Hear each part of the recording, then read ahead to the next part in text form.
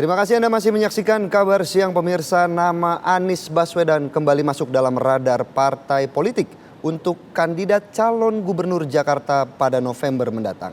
Namun Anies dinilai sulit untuk turun kembali ke kontestasi pilkada.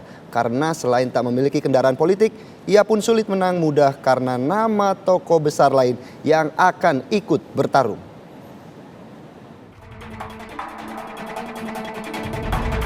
Nama mantan calon presiden Anies Baswedan terus beredar digadang-gadang untuk maju kembali dalam Pilkada Daerah Khusus Jakarta November mendatang.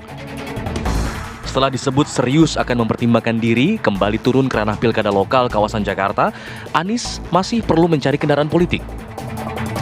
Partai Kebangkitan Bangsa (PKB), salah satu partai di koalisi pengusung Anies Muhaimin di masa kampanye Pilpres lalu, menyebut Anies masuk dalam radar partai sebagai kandidat calon. Namun di saat yang bersamaan, PKB juga tengah menggodok nama-nama lain sebagai kandidat calon gubernur Jakarta, termasuk sosok Menteri Ketenagakerjaan Ida Fauziah. Pak Saiful Huda kan udah ngomong, itu sudah dikonfirmasi Ibu akan maju di Pilkada. Nanti partai akan sekarang dari proses sedang mulai rekrutmen calon kepala daerah dari berbagai provinsi. Sedang berjalan terus di DPP dan DPP terus akan mematangkan itu. Berarti Ibu benar akan masuk di Pilkada DKI? Masih akan diproses DPP yang akan memproses. Anggota DPR atau? Bu, tapi nama Pak Anies itu masuk ke dalam radar Pilkada DKI nggak sih dari PKB? Iya, masuk dalam radar PKB. Munculnya kembali nama Anies Baswedan dalam kontestasi yang bersifat lokal dinilai sebagai bentuk belum naik kelasnya tingkat ketokohan mantan gubernur Jakarta tersebut. Selain itu, tak ada jaminan Anies bisa menang Pilkada Jakarta karena ada sejumlah nama besar yang digadang juga ikut dalam kontestasi.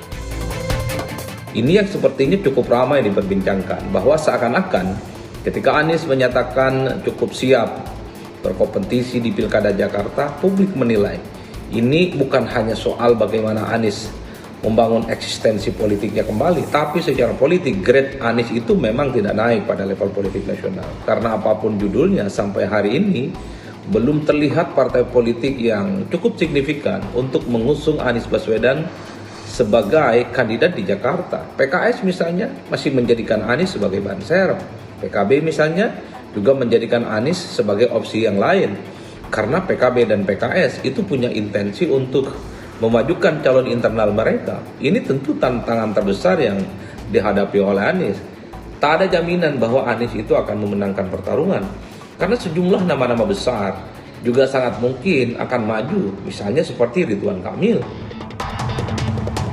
Nama besar Anies Baswedan sebagai tokoh nasional akan diuji dalam perhelatan Pilkada Jakarta November mendatang.